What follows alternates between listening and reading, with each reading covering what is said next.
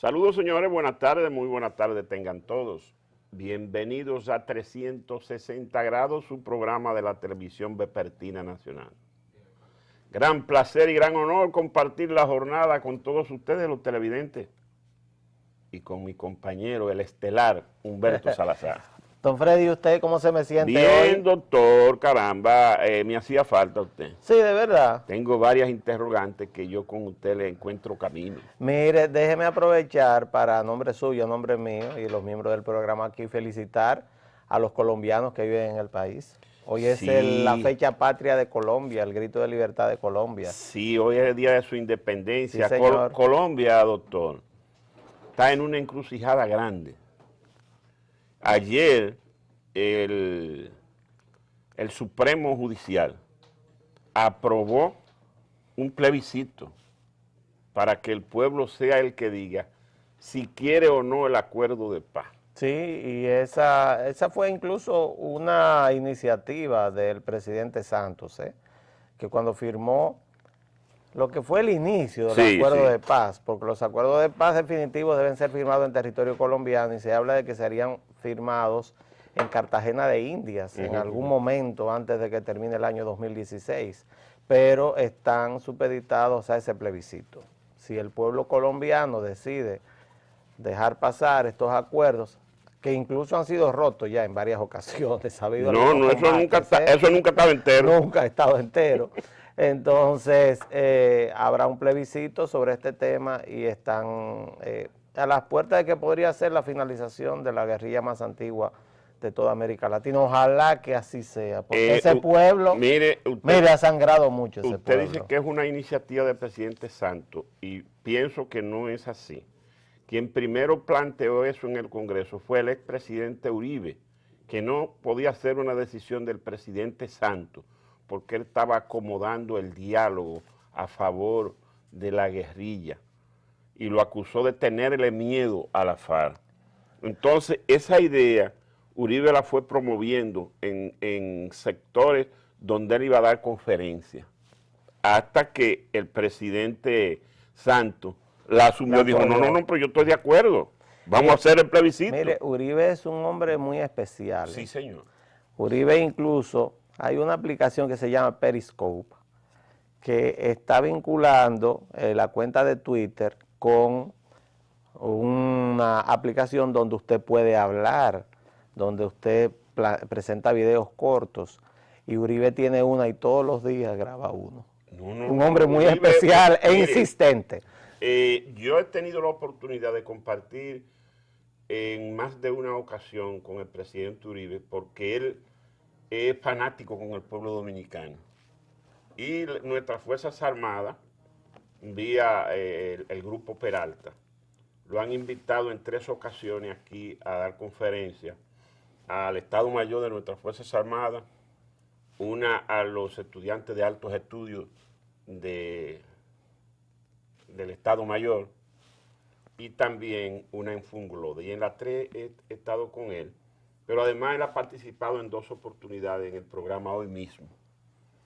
Y debo decirle que él, sentado en un mueble esperando el turno para participar en la entrevista, mire, ahí, respondiendo personalmente. Los mensajes personalmente. Así mismo es.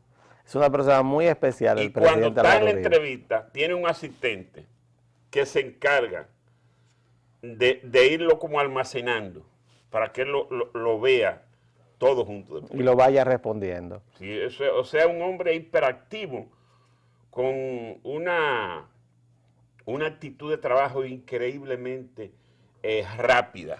O sea, no deja respuesta para, déjeme pensarlo, no, ahí las tiene todas. Que en el caso de la guerrilla, el presidente Uribe tiene un tema familiar con la guerrilla porque su padre fue muerto. Sí, señor. Fue asesinado después y de un secuestro. Y él se salvó varias veces. El del estado de Antioquia, que es el lugar también donde está Medellín, enfrentado también con las bandas de narcotraficantes. Es una persona pequeña de estatura, pero de armas a tomar el presidente Uribe, y llegó a la presidencia de Colombia con un plan de seguridad pública que fue muy exitoso. Usted y sabe, el presidente Santos fue su aliado y señalado por él también, y sí, se convirtió después, posteriormente, en uno de sus principales adversarios. usted sabe que en una oportunidad que el menor y yo tuvimos la oportunidad de conversar con el presidente Medina y tocamos el tema de la seguridad pública, yo me permití, y conjuntamente con Oscar, decirle al presidente, ¿por qué usted no toma el modelo de seguridad ciudadana, seguridad democrática que se llamaba ayer? Sí, seguridad democrática. De Álvaro Uribe. Y el presidente dice, bueno, pero los recursos. Digo, no, pero que justamente Uribe lo que hizo fue que llamó a los sectores de poder, al sector privado, los banqueros, los industriales, los comerciantes. Y los Estados Unidos. Sí, y los sentó ahí y le dijo, miren, si queremos tener una democracia sana y un pueblo en paz, tenemos que pagar ese precio. Yo le propongo un fondo rotativo que lo aporten ustedes y ustedes lo administren para equipar nuestra policía, porque Estados Unidos se encargó de equipar y entrenar. Sí, el llamado Plan Colombia. Sí, en el Plan Colombia, pero la policía, la parte urbana, eso tuvo la responsabilidad del sector privado, que aceptó la propuesta, dispuso de los fondos, se creó una fundación que ellos manejaban y la policía fue equipada, entrenada para lograr lo que Uribe logró, pacificar la zona urbana y diezmar la guerrilla que la puso de rodillas. Cuando él salió del poder, la guerrilla de un ejército de más de 70,000 hombres que llegó a tener, estaba en 7,000. Sí, estaba en 7,000. Estaba alrededor de 7,000 hombres y por ahí anda ahora. Sí, no, ya menos, pero Uribe le dio la gran batalla. Si había logrado la tercera reelección, no hubiera guerrilla. No hubiera guerrilla. No hubiera guerrilla. Porque el camino estaba ya corto para terminarla. Sí, no hay dudas de que el presidente Uribe incluso creó el espacio para el crecimiento económico de Colombia. Colombia ha recuperado gran parte de su industria turística, sí, a partir de la seguridad ciudadana, de ese plan de seguridad democrática, y ya no es presidente, es senador sí, en el Congreso colombiano, pero felicidades a todos los colombianos, que son muchísimos los que viven en la República Dominicana. Por eso quise felicitarlos en el día de la fecha natalicia de su país, 20 de julio de 1810, don Freddy. Así es, pues felicidades a todos los colombianos y en especial a su presidente Juan Manuel Santos, que es amigo del país, y al expresidente Uribe, que es amiguísimo también del país. Sí, señor. Mire, antes de continuar, yo quiero presentarle a nuestros televidentes este libro, que es la última producción de Edekiel Morrison, compañero comunicador, un hombre de letra y de ciencia. Se llama La historia de la tecnología en el país y toda América Latina. Y tiene también más temas relacionados todo con la comunicación. Historia de las telecomunicaciones en la República Dominicana y América Latina. Impacto sectorial y reflexiones. La era digital. Un interesante libro porque justamente ahora que usted nos puso con el Pokémon Pop, tenemos que abrevar en este libro. ¿Qué pasa con nuestros perfiles en redes sociales cuando morimos? Se pregunta. Era digital, : ¿desaparecerá el libro impreso? Basura electrónica, peligro y oportunidades en las redes. O sea que busquen el libro de Edekiel Morrison, que ya está en nuestra librería, y es un libro de consulta interesante, sobre todo para mí, que quiero incursionar en la tecnología, en las redes, y a veces no puedo, y tengo que llamar al doctor Salazar o al nieto para que me ayude. Usted sabe que, hablando de tecnología, hay un plan interesante en la Argentina que anunció el presidente Mauricio Macri esta semana. Usted sabe, el gobierno argentino va a financiar 2 millones de celulares 4G, con tecnología 4G, y los va a vender a precio de costo a través de varias de las empresas de telecomunicaciones para que el pueblo en general los compre financiados sin intereses, con una inversión del gobierno y de las empresas de telecomunicaciones para sustituir todo lo que son las redes 2G, pero también para disminuir la brecha digital. Qué bueno. Estos aparatos no solamente sirven, como debe decir Hidekelay, mi amigo, que lo quiero felicitar por la iniciativa, para hablar tonterías por WhatsApp o para caerle atrás a Pokémones. Estos aparatos son el centro de la economía mundial en este momento. A través de esto es que se mueve la economía mundial. Bueno, debo decirle que ya yo no compro libros, yo dejé de ir a la librería. Ah, usted se llevó de mí. Sí. Traen cucarachas, de todo. Usted se llevó de mí. Ya yo es por las redes que hago mi comprita de menos de $200 para no pagar impuestos. Sí. Y también la fotografía. Yo no hace mucho tiempo que no compro cámara de fotografía. No, ya. No, porque todo viene integrado igual que el video. Claro. Entonces eso sí lo he aprendido a manejar. Luisín me echó un pleito terrible. ¿Por qué? El domingo.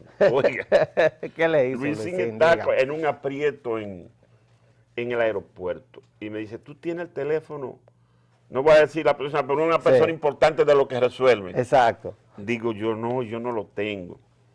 Contra, ¿y cómo yo consigo? Yo no, pero yo tengo el de su asistente, que es lo mismo. Sí. Dice, pues dámelo. Digo, no, yo tengo que cerrar el teléfono para buscarlo y llamarte. Dice, pero ¿cómo, Freddy? Que por Dios no me haga eso. ¿Cómo, don Freddy, puede estar en eso y no sabe buscarlo y al mismo tiempo, tan fácil que es? Bueno, o sea, pero yo lo voy a enseñar cuando termine el programa, sí, para que Luisín no pase más pique. No, se lo agradezco, pero qué bueno el libro de Decker Morrison, La historia de las telecomunicaciones. Doctor, mire, hoy ocurrió un evento que se inició ayer en el Congreso Nacional. Usted sabe que ayer fue convocada la Asamblea para revisar el expediente de los resultados de las elecciones del 15 de mayo y validar la elección del presidente y el vicepresidente.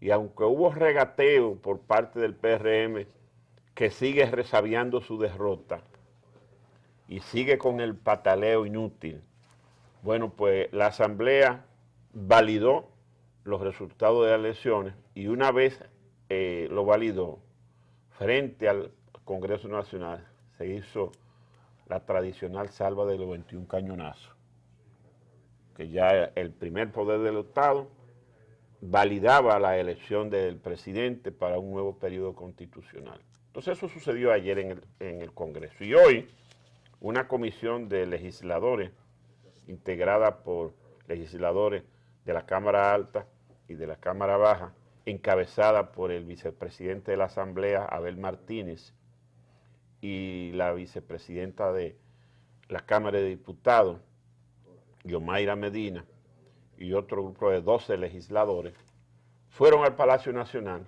a entregarle el certificado de elección al presidente Danilo Medina y a la vicepresidenta Margarita Cedeño de Fernández. Ahí está la foto. Ahí ven ustedes a Abel Fernández de un lado, Yomaira Medina de otro lado, y al centro el presidente Medina recibiendo el certificado.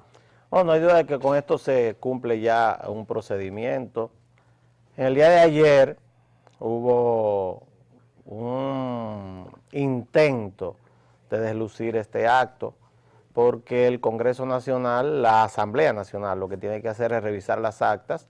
El presidente de la Junta Central Electoral en el día de hoy dijo todos los documentos que fueron llevados hasta la Asamblea Nacional. Ahí está en portada en primera del... Claro, Roberto Rosario dijo que fueron llevadas todas y cada una de las actas digitales de cada uno de los colegios electorales y conceptualmente habló claramente en el sentido de que no se supone que el Congreso Nacional sustituye a todas y cada uno de los colegios electorales, porque lo que se pedía era revisar las actas una a una de los resultados de los 16,000 colegios electorales. Eso pidió el señor Genao. Y después usted no quiere, don Freddy, que yo me incomode aquí y diga que eso es una payasada más de gente que no tiene como nada que hacer, y hoy el señor Luis Abinader apoya eso. Pues Roberto Rosario dijo claramente que el secretario de la Junta, Espiñeira, estaba ahí sentado con todos los papeles para que cualquier legislador que quisiera una aclaración sobre cualquier documento que fuera entregado de los documentos certificados, él estaba en disposición de entregarlo, y hubo una comisión de las dos cámaras como parte de la Asamblea Nacional que hizo la revisión correspondiente. Eso es lo que dice el artículo 120 de la Constitución en su numeral 2. Y después de la revisión, entonces lo que corresponde es la proclamación por parte de la Asamblea Nacional que se hizo. Sí. Y después que se proclamó, entonces ahora vemos cómo los representantes del Congreso, que es el primer poder del Estado, aunque nosotros creamos que no, el Congreso es el primer poder del Estado y por eso es este ceremonial. Lleva una representación del Congreso Nacional al presidente Danilo Medina, lo que es la certificación de su elección. Lo único que queda ya para que se abra el otro cuatrenio es el inicio de la legislatura correspondiente a el periodo del Congreso, no de la legislatura, sino del Congreso nuevo, que inicia el 16 de agosto de este año con la elección de los bufetes directivos de ambas cámaras y la juramentación del presidente y la vicepresidenta de la República, y ya hasta el 16 de agosto del año 2020. Con esto ya culmina el proceso, y al culminar el proceso se da cumplimiento a todo lo que es el aspecto constitucional. ¿Qué a mi juicio hay que rescatar de esto? La estabilidad institucional de la República Dominicana. Don Freddy, desde el 1 de julio de 1966, con problemas, con pataleo o no pataleo, con denuncia de fraude o no fraude, con elecciones limpias o elecciones amañadas que dicen algunos, la República Dominicana ha logrado tener procesos electorales, 15 elecciones consecutivas, 5 elecciones de ellas son de Congreso y ayuntamientos, y eso es una fortaleza institucional para este país, que es lo que provoca esta nueva República Dominicana que nosotros debemos construir. Al presidente de la Junta Central Electoral y a los 4 miembros, yo creo que lo que nos toca es felicitarlos, porque dan tantas presiones que hubo con este tema, lograron llevar este barco a buen puerto. Sí, esa es la realidad. Bueno, pues ese fue el ceremoniado en Palacio, donde el presidente recibió su certificado, y ya como dice el doctor Salazar, solo nos queda una parada el 16 de agosto, cuando el presidente vuelve al Congreso Nacional frente a la Asamblea a recibir la banda presidencial, y ya es de costumbre la juramentación y un discurso a todo el país. Pero en ese interín, doctor, se lo confieso, no me gusta tocar este tema porque yo sé que en algo lo toco a usted. ¿A mí? ¿Por qué? El tema de la transición y los rumores de los decretos, los rumores de los cambios, y que el presidente no se quiere dejar ver de nadie, que por eso no fue el domingo al acto del Banco de Reserva, porque allí habían como 30 o 50 o 60 buitres esperándolo para dejarse ver. El presidente, aquí estoy yo. Usted sabe que el presidente parece que ha comentado con algunos de sus colaboradores y gente amiga que viene con un gabinete nuevo y que va a ser la continuidad de su gobierno, pero que ya hay gente que está no cansada, porque que esté en el poder no se cansa, sino agotada. Entonces que el presidente va a renovar, a poner... Hay gente que está natagueando en los cargos. Ya. Exactamente, entonces el presidente viene a renovar ese equipo para darle mayor impulso a todas sus iniciativas, a culminar algunas que le falta muy poco, a acelerar el paso de otras y hacer un gobierno nuevo para que lo sienta la sociedad, porque la sociedad está viendo la cara de funcionarios que duraron los 12 años del presidente Fernández, y estos primeros 4 del presidente Medina, y están ahí, la gente también se cansa, ¿te oye? Pues claro, Hay hay gente que se cansa de siempre y la misma gente. de ver la misma gente, y hay gente del PLD y de otros sectores de nuestra sociedad que no le ha tocado nada, y es justo Y que tiene se les tome en cuenta. Que tiene mucho tiempo esperando también. Exactamente. Pero con eso no hay ningún temor. No toqué la parte suya, doctor. Pero que yo no tengo nada que ver con eso, don Freddy. No, espérese. Yo no tengo nada que ver con eso. No. Usted sí tiene es que a usted le gusta mucho enchincharme, pero yo no tengo nada que ver con eso, don Freddy. Eso, el presidente de la República. Yo le dije a usted que Danilo Medina es un presidente que surge de la estructura política de un partido. Sí. Y ahí no es que hay forma de dejarse ver, es que el que es carpintero, el que ha trabajado en la estructura política de un partido, no hay forma de hacerle bulto. A Danilo Medina no hay forma de hacerle bulto. Él sabe lo que hizo cada quien, él sabe la mejor forma de construir su gobierno, y el mejor ejemplo de esto son estos primeros 4 años. Pero no hay dudas de que existe en el PLD un tapón a nivel dirigencial y un tapón a nivel de la estructura de gobierno. Y le voy a poner un ejemplo. Ajá. El ejemplo de Yomaira. Pero a Yomaira le estaban negando tener acceso a la presidencia de la Cámara de Diputados, y ella tenía 120 meses sentada en la vicepresidencia. Sí, señor. 10 años sentada en la vicepresidencia. Había gente que le regateaba ese derecho. O sea, a ese nivel estamos, es el mejor ejemplo. Entonces, como ella, hay muchos dirigentes del Partido de la Liberación Dominicana que se prepararon y han estado durante mucho tiempo en cargos secundarios del gobierno, que yo creo, y es una potestad presidencial ya, que se merecen tener primacía y demostrar que también ellos pueden. Ahora, eso es una decisión del presidente y usted tendrá que esperar. Usted es medio desesperado, don Freddy. Usted tiene que esperar el 17 de agosto para eso. Pero, porque antes no creo que sea.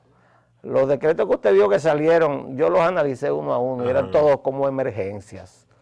Como, déjame quitar a este y poner al otro. El de Alvarado sí, había una situación, y entonces fueron como emergencias. Y usted ve, por ejemplo... el de Mella en el Seguro Social fue otra emergencia. Bueno, pero es que eso está prácticamente cerrado y había que buscarle la vuelta a ver de qué forma un psiquiatra iba a darle un poquito de diazepam a los miembros de ese consejo para que entiendan que hay que cumplir la ley, la 123-15. Eso no es cualquiera que estaba en capacidad de hacerlo. César Mella fue una excelente escogencia. Y fíjese incluso que hubo un cambio en la Red Nacional de Servicios Públicos de Salud, y Nelson Rodríguez, como escobita 9, está barriendo bien. Sí. Usted lo ve. Sí, usted ve que hay un cambio en la visión y tratan de organizar y ese tipo de cosas. Yo creo que las caras nuevas son buenas en algunos lugares, y aparentemente hay personas que quizás entienden que han echado raíces en los cargos, pero todos los cargos son parte de algo que no es posesión de uno, no es nuestro negocio, ni es nuestra posesión, es parte de una estructura de gobierno que el presidente Medina sabrá, yo creo, lo que tendrá que hacer exactamente el próximo, después que tome posesión, porque antes no creo que pueda hacer. Pero mire, esos cambios que él hizo nadie lo esperaba, puede ser también que adelante hay otros. Pues la verdad es que yo no lo sé. De donde yo sé que voy a estar aquí el 17 de agosto, aquí sentado, a las 4 de la tarde, que es miércoles. ¿Qué es miércoles, don Freddy? Cae miércoles, sí, el 16 de agosto cae martes. Sí. Entonces un fin de semana semilargo, medio extraño. El 15 es lunes. Así que el miércoles 17 estaremos aquí, quizás comentando los cambios. Es correcto, no se desesperen, no os desesperéis. Es correcto esa expresión que yo dije, que en el poder nadie se cansa. Hay gente que se cansa, Yo creo que hay personas que del tren gubernamental que ya quisieran ser relevados de los cargos para ir a tratar de descansar en algo, porque es una responsabilidad tener que salir todos los días, tener empleados, tener una serie de situaciones y enfrentar a lo que son todas estas situaciones que se dan alrededor de los cargos públicos. Yo creo que hay gente que está cansada y se le nota. Hay gente que está cansada y se le nota. Aparte, antes de que el comité político del PLD se convierta en un consejo de ancianos, igual que en la antigüedad. No, pero ahí hay mucha gente joven, doctor. Hay alguna gente joven que ingresó. Mira, ahí está Carlito Pared, que es joven. Pero Abel y Valentín. Bueno, pero hay otros que tienen sus años, don Freddy. Desde que yo era chiquito lo vengo escuchando, don Freddy. Un saludo al profesor Euclides Gutiérrez y a don Franklin Almeida. ¿Qué le parece? Mi distinguido profesor Euclides Gutiérrez Félix. Pero Euclides ya es un hombre que es parte de la historia del país y del PLD. O sea, usted lo está jubilando, no soy yo. Profesor, es él que lo está jubilando, no soy yo, ¿eh? Él dijo que usted es parte de la historia. No, yo pienso que sí, que ya el profesor Gutiérrez debe darle paso a una generación de jóvenes. No en el comité político, en el cargo que ocupa. En el comité político no, porque eso es muy esporádicamente y él para eso tiene tiempo y además sirve de consulta permanente a ese equipo de dirección. Pero en los cargos yo pienso que ya está bueno, ya él no es un hombre para estar cumpliendo un horario de oficina pública. ¿Usted me entiende? Ya Flavia se jubiló, si no me equivoco, sí, ¿verdad? Flavia está en la También un abrazo a doña Flavia, un saludo, que ella no ve, no ve. Esa es mi amiga, ¿eh? Sí, amiga mía. Una persona muy amiga. Esa es mi representante en la casa del profesor Euclides. Sí, Flavia y yo somos en llave. en llave, doña Flavia y yo. Doctora, ¿a usted no le molesta ese tema de los cambios? No, pero para nada. ¿Y por qué? No, porque yo pensé que el otro día usted me hizo así cuando yo iba a comenzar y pensé que... Don Freddy va a tener que ir al confesionario a confesar un pecado. Usted me recomienda que ¿Dónde Osoria? No, yo prefiero donde Rogelio. Váyase allá al confesionario a confesar un pecado. ¿Ese es un pecado venial o un pecado? ¿Cómo son pecados veniales y pecados mortales? El pecado de la mentira, don Freddy, el pecado de la mentira, tenga cuidado. Usted no se puede. Mire, usted sabe a quién confesó hoy su culpa, la que le escribió el discurso a Melanie Trump. No, la que le escribió no, la que él fotocopió. Pero oiga cómo lo explicó, porque toda la convención republicana ha estado montada sobre eso ahora. Sí. Ese es un pecado mortal. Totalmente. Ayer, como habíamos dicho aquí, fue electo ya oficialmente Donald Trump como candidato y se votó. Y hubo una serie de incidentes incluso en la misma votación. Pero en el día de hoy, después de haber sido negado todo, hubo una asistente de la campaña de Trump que dijo que fue ella la culpable de que Melanie Trump copiara o plagiara el discurso de Michelle Obama por la razón siguiente. Porque Melanie Trump, y esto es complicado desde el punto de vista político para Donald Trump y los republicanos, Melanie Trump se confesó admiradora de Michelle, que ellas hablaron por teléfono, y que cuando hablaron por teléfono, Melanie Trump le dijo unas cuantas oraciones que ella no sabía, estaba leyendo del discurso de Michelle Obama, que ella tomó nota de esto, no hizo el match correspondiente, o sea, no chequeó el discurso de Michelle Obama y lo incluyó en el discurso de Melanie Trump pensando que esas eran sus palabras. Y entonces que esa fue la razón del plagio, porque la señora Trump estaba leyendo el discurso de Michelle Obama y se declaró admiradora de Michelle Obama, que es un presidente a quien su marido ha acusado constantemente de ser flojo, de que es una persona floja. Esa es una excusa que algunos la aceptarán, otras no, porque no, que ella es extranjera y ella no conoce de eso y tenía que auxiliarse de alguien. De todas maneras, es una falta y es una falta grave y eso va a pesar mucho sobre el esposo de ella, no sobre ella, sino sobre su esposo. No, porque ella no es candidata. Y hay otro tema con el tema de la convención republicana, porque ahí solamente son problemas. Usted sabe, el otro día hablamos de rock aquí, y hay 3 bandas en Inglaterra que son las más famosas de toda la historia del rock, que es los Beatles, por supuesto. Sí, la más emblemática. Los Rolling Stones. Que estuvieron en Cuba el día pasado. Y Queen. Queen es la tercera banda más famosa de la historia del rock en Inglaterra, sobre todo su cantante Freddie Mercury, que murió de SIDA en el año 1991 o 1992.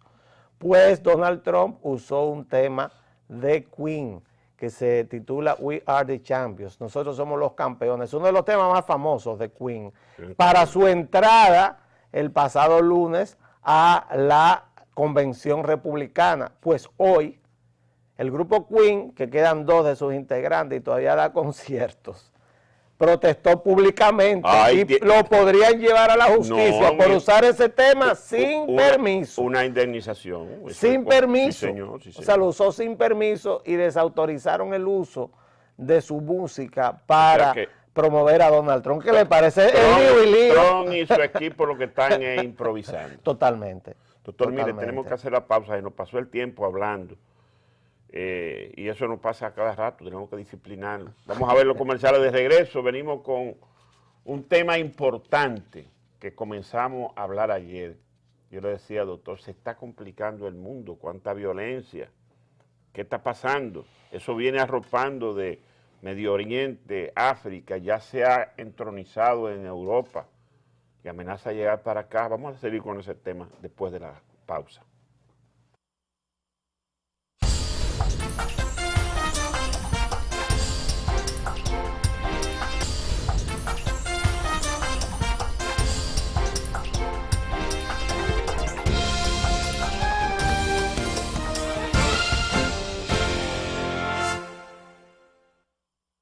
La situación en Turquía está cada vez más complicada.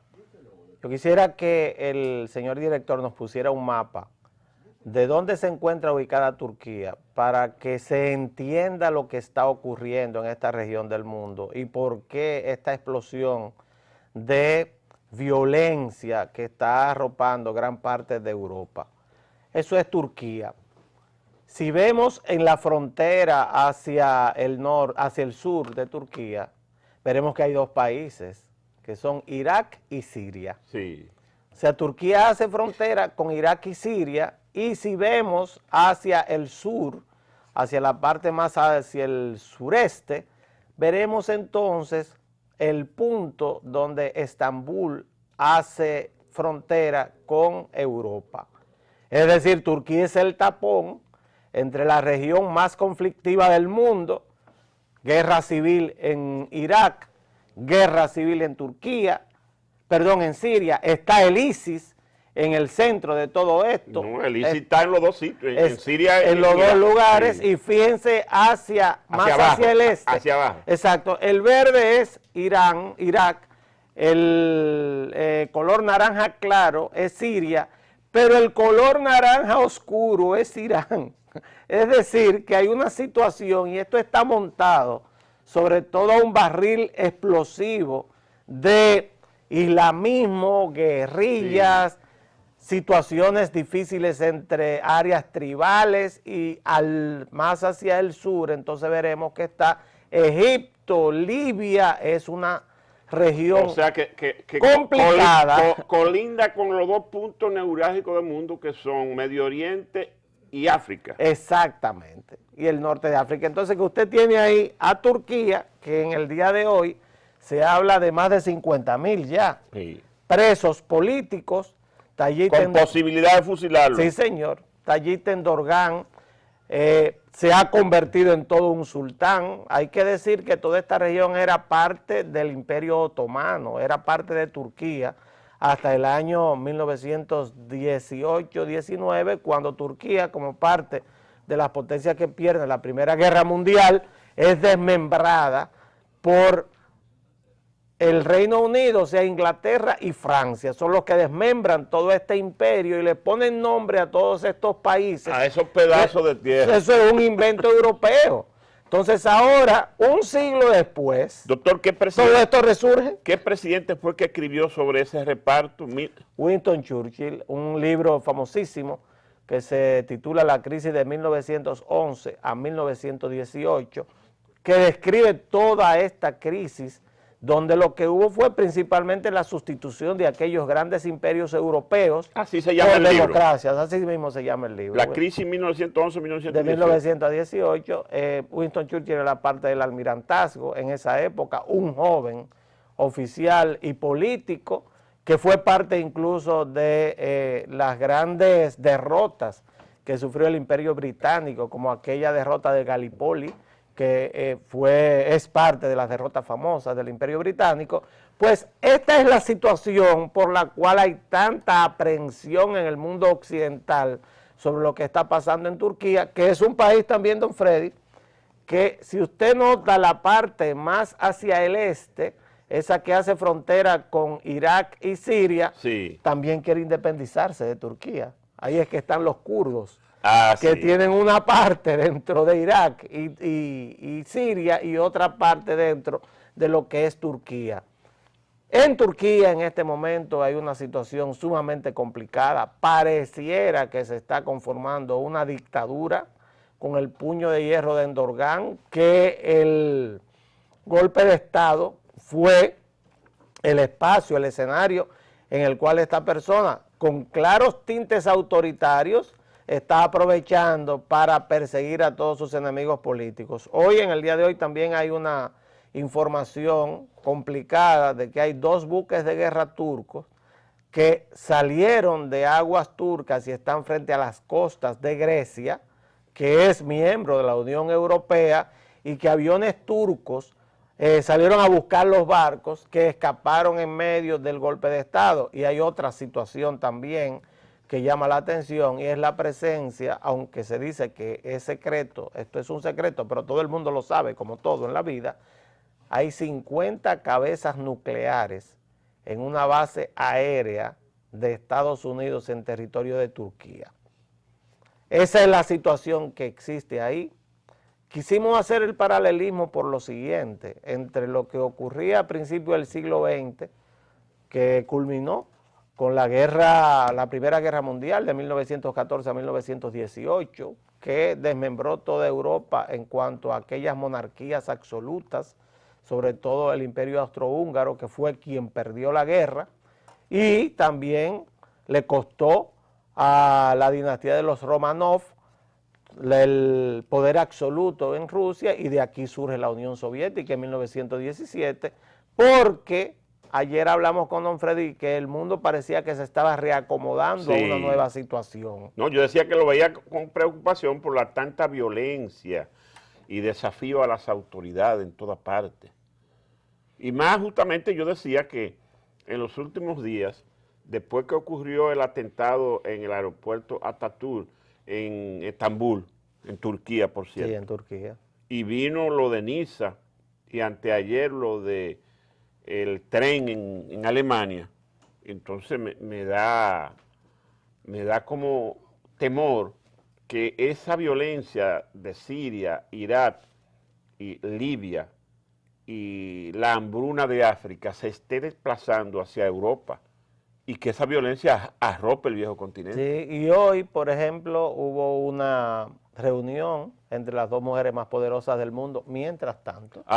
Sí. La primera ministra de Alemania y la primera ministra... La Merkel y la May. Sí, Theresa May. La reunión se efectuó en territorio alemán, y las palabras de Theresa May, la verdad que a mí me llamaron mucho la atención, porque es una situación como me voy pero no me voy, como me voy pero me quedo, como voy a llamar al artículo 50, pero lo voy a llamar a principios del año 2017. Sí, ella dijo ayer en el Parlamento que realmente el Reino Unido no tiene la intención de acudir al artículo 50 a los fines de separarse formalmente de la Unión Europea, por lo menos en lo que queda de año. y eso es una garantía de estabilidad económica en la región, porque los temores se expresan en el impacto que tuvo el anuncio de los resultados del Brexit. Impactaron en los centros económicos y financieros de mala manera. Sí, y la bolsa se derrumbaron todas. No, y todavía la libra esterlina no ha levantado. No. Yo decía que los que quieren visitar ahora Inglaterra, este es el momento. Era un país muy caro y se ha abaratado muchísimo. Sí, señor. En relación al dólar. Ahora ellos no quieren nada con extranjeros. No, para nada. Pero hay una situación en la cual vamos a ver si en enero tendremos a las 3 mujeres más poderosas del mundo ya juntas, que serían Hillary Clinton, Theresa May y Angela Merkel. Algo inédito. Bueno, pero ojalá que nuestra amiga que está en el exilio en Brasil, digo en el exilio dentro del país, pero que la tienen marginada. No creo que vuelva. No creo que vuelva porque... La Rousseff. No creo que vuelva porque aparentemente perdió la confianza de los grupos empresariales más importantes y a pesar de que no le falta tantos votos para volver a ser presidenta, aunque se ha rechazado el recurso en el Senado, fíjese cómo las noticias negativas comienzan a desaparecer de la prensa internacional en cuanto a Brasil. Fíjese que eso se ha calmado. Eso se ha calmado. Y ahora el centro de todo está en Venezuela. Doctor, gracias. A usted, don Freddy. A usted también, amable televidente, las gracias por acompañarnos en 360 grados. Los esperamos mañana.